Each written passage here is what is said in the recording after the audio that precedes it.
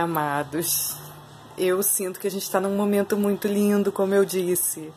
Um momento onde a impunidade está sendo superada por um trabalho magnífico, né, das instituições democráticas, que a gente sabe, né, que o Estado como um todo tem essa... É a manifestação de um fenômeno que a gente chama de ambivalência, né? Ele tem um lado que se movimenta pela democracia e tem um lado, né, que a gente sabe que está corrompido, né, que está atuando ali sim em prol de interesses, né, que são os piores, né, de dominação, né, interesses de fúteis, né, materiais, enfim. Eu quero agradecer ao Supremo Tribunal, porque a gente sabe das ameaças, o Fachin denunciou, né, agradecer ao Fachin, né, porque gente se coloca no lugar. Eu conheço esse peso. Ele, a família dele, gente, não é mole não, né? E aí a gente lembra a história do Celso Daniel, né? Foi assassinado, as testemunhas também, né? Quer dizer, com silêncio absoluto da ONU. E depois a gente teve mortes assim, né, acidentais, como teorias, enfim, e está passando aí por essas ameaças, né, que o Fachin está denunciando. Muito lindo, assim, um momento assim, mais lindo dessa história, assim, que mostra assim, a nossa civilidade mesmo, a nossa lucidez, assim, mostra um povo pacífico, lindo, né, limpando, né, aquela ação intimidatória, né, como foi colocada no Jornal Nacional por quem, acho que foram juízes que se manifestaram, magistrados que se manifestaram nesse sentido. Se eu estou pecando, me perdoem, mas parece que foi. Uma ação intimidatória, né? Claro, pichou tudo de vermelho, assim, a gente já sabe das ameaças que o Fachin denunciou. E nós, assim, agradecemos antecipadamente que a Suprema Corte respeite aquilo que ela mesma decidiu recentemente. Não tem nenhum cabimento que se coloque em pauta uma questão que a instância mais elevada do Poder Judiciário acaba de decidir. Então, em nome da segurança jurídica, da legitimidade do próprio, né, colegiado, que respeite a decisão que ele mesmo tomou ontem mesmo, né? Quer dizer, uma coisa muito recente, e que esse processo do Lula, embora as ameaças, embora toda a intimidação, que não mude, né, a decisão de uma, né, Suprema Corte. Isso vai nos poupar trabalho, porque o povo não vai aceitar isso, claro, né? Nós vamos aí fazer propor uma ação de iniciativa popular, nós vamos ter, né, um próximo presidente comprometido com essa emenda constitucional que determine a prisão após condenação de segunda instância, para que a impunidade que a gente vinha, né, vendo ser coroada deixe de ser. Quer dizer, foi uma ação, né, que a gente tem visto aí da Lava Jato, que nós agradecemos profundamente, né, da Polícia Federal, do Ministério Público, Procuradoria, né, a Raquel Dodge tem falado lindamente, né, quer dizer, a gente vendo a democracia funcionar, mas também do Supremo, que pôde, né, em 2016, ou seja, né, por uma decisão da Suprema Corte ontem mesmo, que decidiu, né, de forma favorável à democracia, uma vez que a realidade demonstrou, foi a realidade prática que mostrou que, se não é assim, acaba em impunidade, né, o processo prescreve, né, e a impunidade reina. Então, nós agradecemos profundamente, né, isso tudo e comemoramos a vitória da democracia. Há muito que comemorar, sim. É uma virada de mesa onde a gente está vendo os intocáveis sendo tocados pela justiça.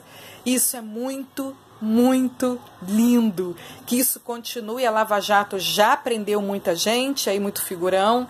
Muitos ainda estão sendo investigados, aí estão por serem presos. Então, vamos ter, né, vamos reconhecer, né, um trabalho sério que está afetando aí representantes de todos os partidos, né, e, enfim, muitos poderosa, empresas, né, como a Odebrecht, está pegando todo mundo, né? Como eu já disse, a perícia, né, sobre a Odebrecht foi...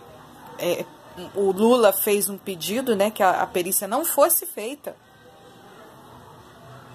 O Lula, que teve, né, que está tendo apoio até mesmo de lideranças espirituais, pediu que a perícia não fosse presa. E o Moro, o juiz Sérgio Moro, negou o pedido. Então a perícia segue e a impunidade tem seu fim. Sinto eu, né? Então o Brasil realmente está servindo de exemplo diante, né, de todos os países do mundo, como o Moro, em entrevista, né, em outros países na América Latina, ele pôde, né, perceber, e ele nos conta isso, que está sendo considerado o Brasil um país que enfrenta a corrupção, que está enfrentando a corrupção.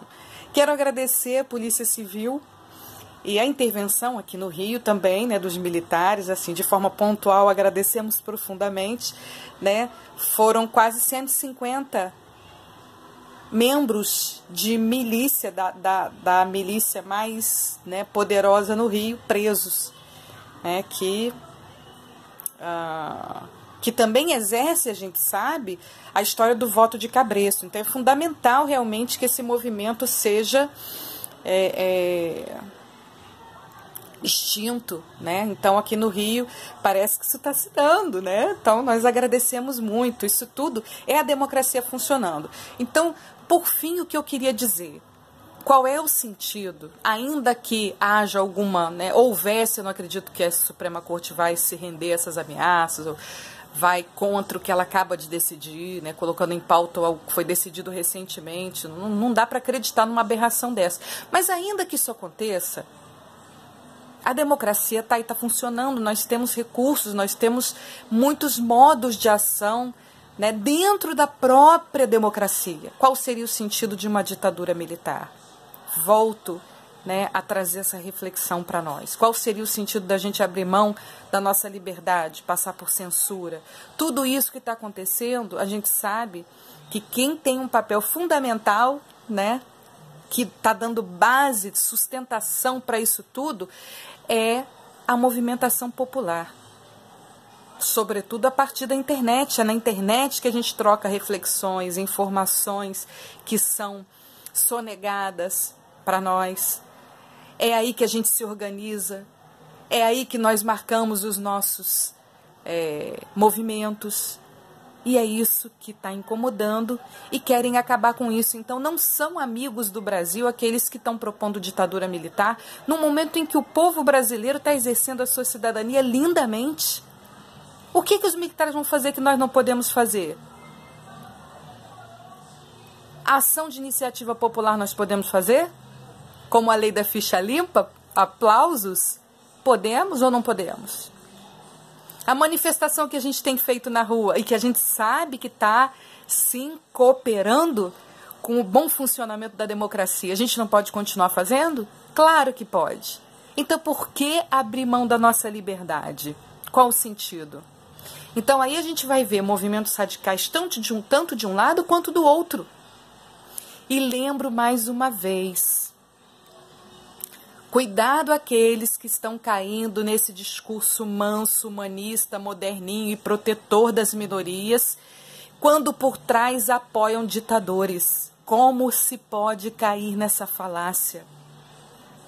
Houve 2 apoios no mundo ao Lula, que, como eu disse, não são líderes. Apoio de 2 ditadores, Maduro e Evo Morales. E a esquerda está com ele, está apoiando Lula, subiu lá no palanque com ele.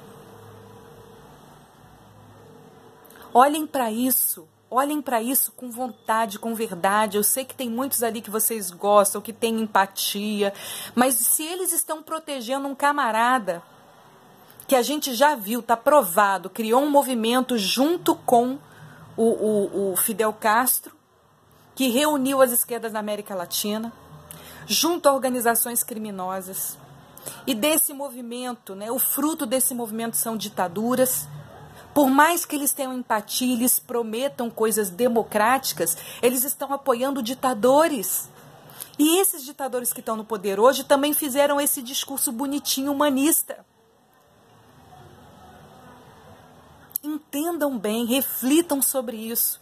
Ah, mas e a direita tem problema? É claro, pelo amor de Deus. É claro, né? Esse movimento aí, né, de pedindo ditadura militar, isso também é algo que nós precisamos definitivamente virar as costas. Nós estamos exercendo a nossa cidadania, isso não teria nenhum cabimento. Qualquer insatisfação, vamos, né, ditadura militar, que isso? Qualquer insatisfação, vamos fazer o nosso movimento democrático. E seja quem estiver no poder, tem que se comprometer com a pauta do povo, ponto. Nós temos que exigir isso, não podemos deixar eles fingirem que não sabem disso. Aí entra a nossa criatividade. Façam camisetas, façam adesivos, criem panelaços, sei lá mais o quê. Eventos, grandes eventos. Façam um movimento na internet, bota todo mundo, pauta do povo lá no coisa do Facebook, lá em cima tem a foto do perfil e tem lá em cima, eu esqueci, na linha do tempo lá, sei lá. Bota lá a pauta do povo, sei lá. Mas não podemos deixar eles fingirem que não sabem da nossa tomada de consciência. E não se iludam com os partidos que estão apoiando ditadores, porque os ditadores que estão hoje lá, regendo uma ditadura, massacrando o seu povo, chegaram lá com esse mesmo discurso libertário, e sempre foi assim no comunismo. É um discurso bonitinho, por trás tem toda uma doutrina, como eu publiquei hoje para vocês, que Lenin fala, que Gramsci, que é hoje o grande teórico, né, dos comunistas, socialistas, estão fazendo doutrinação sim, né, vai apoiar essas táticas, entende? E estão querendo nos usar, muito bem financiados, a gente já está vendo isso tudo, os financiamentos à esquerda pelo mundo. Para quê? Esses financiamentos estão vindo aí para quê? Olha a sonegação,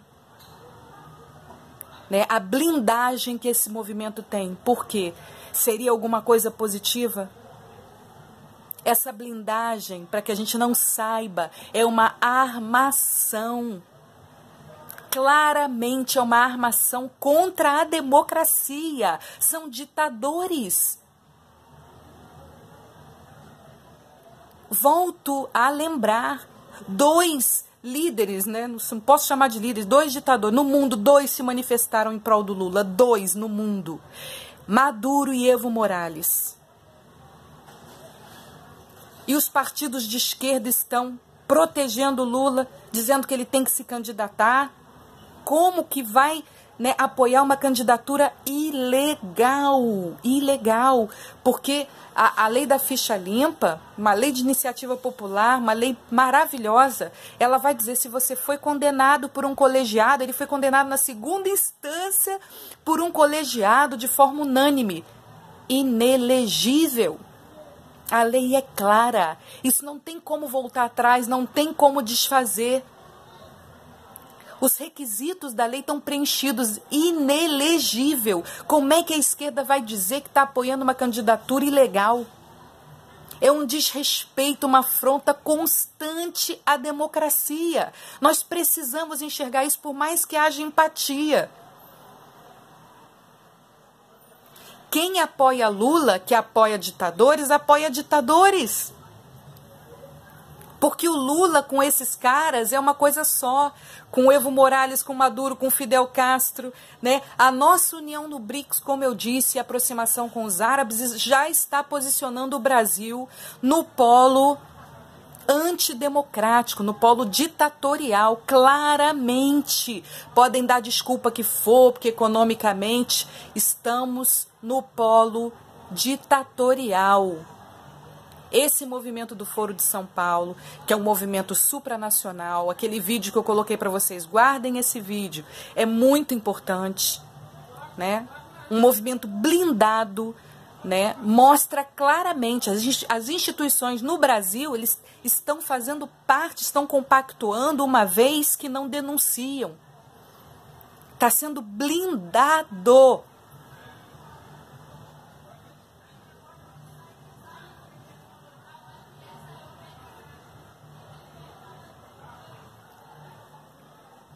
Não adianta, né? É com a gente. Nós temos a nós. Temos tudo o que precisamos. Vamos apoiar, vamos dar sustentação a essa parte no Estado que está atuando lindamente pela democracia. E nós vamos aqui, né, dar base de sustentação a isso. Vamos participar disso, vamos fomentar isso, vamos mostrar que nós não estamos dormindo. O povo está acordado, está ao lado da democracia, está atuante, participativo e, sobretudo, pacificamente.